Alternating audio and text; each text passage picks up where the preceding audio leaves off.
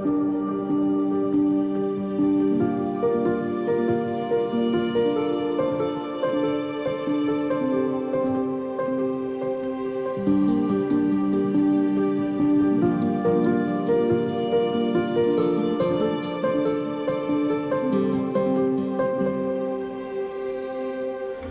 and welcome back to another CM Travels video. Thanks so much for joining me here today. My name is Murray Forbes, and today we're going to be discussing the Nikon Z MC 105mm f2.8 VR S lens, that was a mouthful, versus the Nikon MC 50mm f2.8.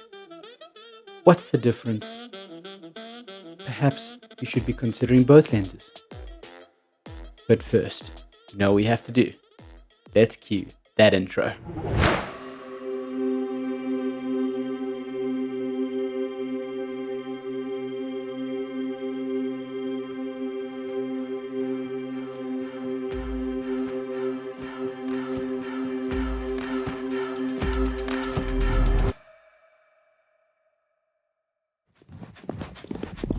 Now, just a quick note before we dive into today's video.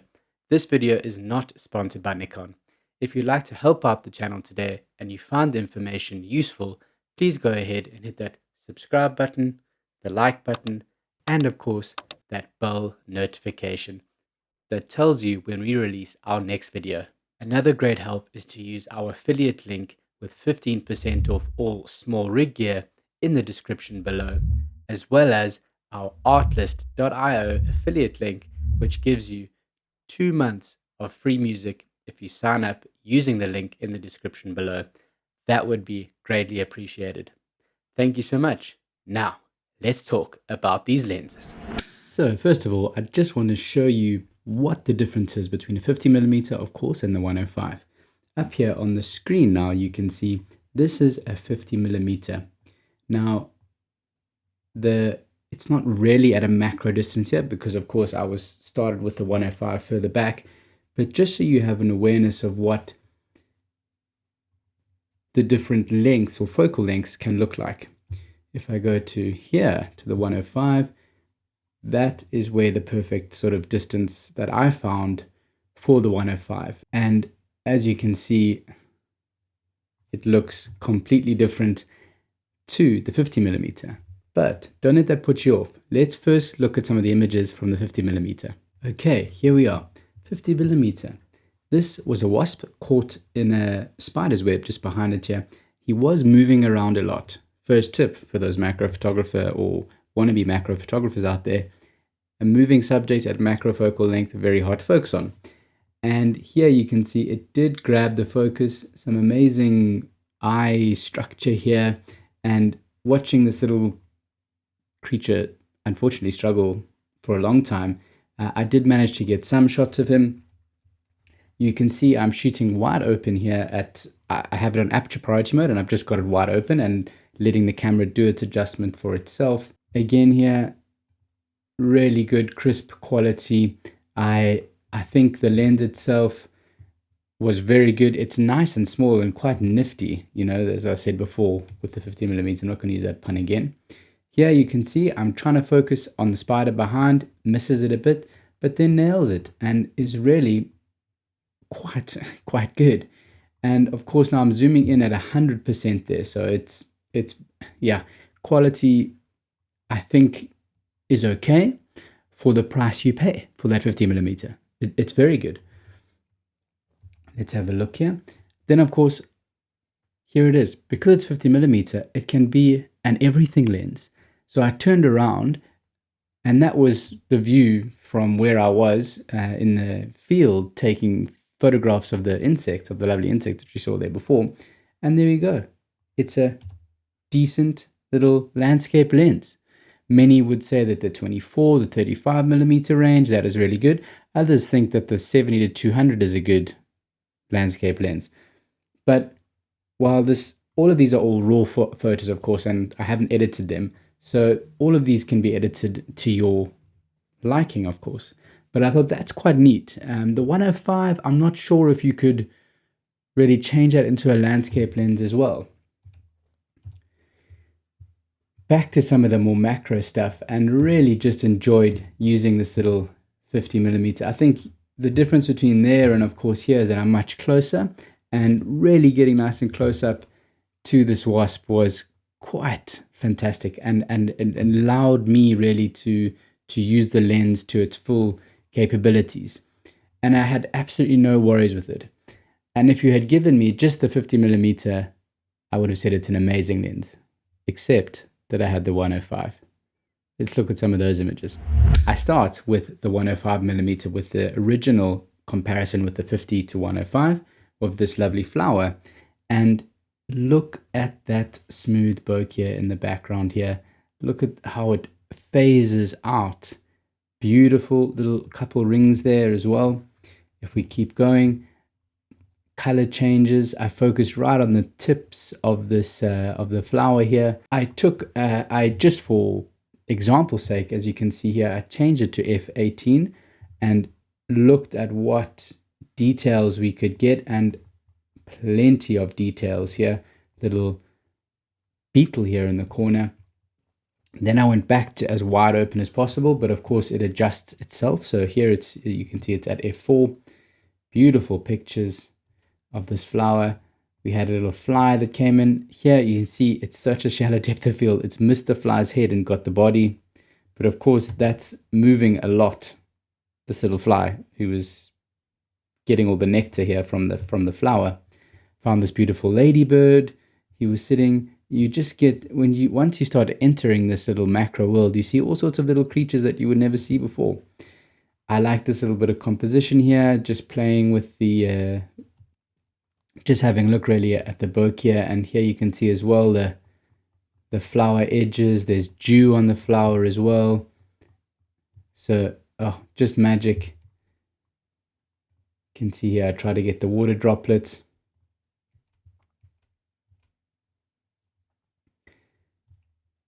Beetle.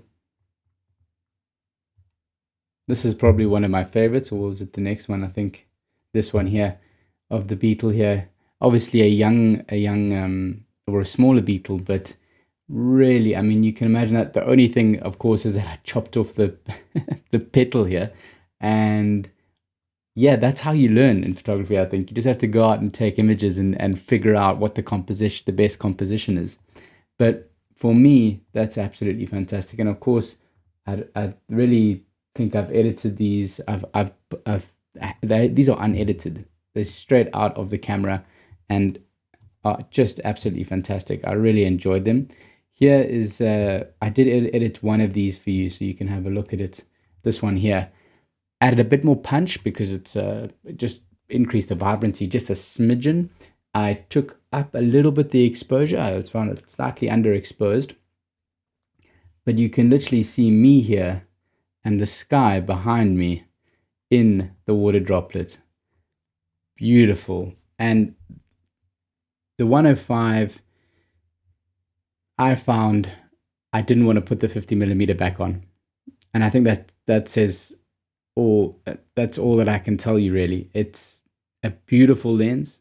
I just, once I started using it, I couldn't go back. You can see more water droplets here, a bit of magnification happening, which is really, these are uninteresting plants. It was just some plants in the field here close by to us. Some more favorites of mine of a bumblebee. It was pretty early in the morning, so it was still quite cool. And luckily for me, he was fairly relaxed and not moving around too much. And for macro photographers, that's really the perfect time, because I'm shooting, as you can see, as wide open as I can go, and it's automatically adjusts here to f5. But he was really just doing his own thing here on the flower. I have edited one of these, which should be coming up soon. I was just amazed at how much pollen he had on his around his mouthpieces, or his proboscis. That's the one. Here it is here, and you can even see his little foot coming through. At first I thought this was a spider, but it's his front paw, or front paw is not the correct word, but his front foot coming forward and grabbing onto the flower there. Absolutely fantastic image.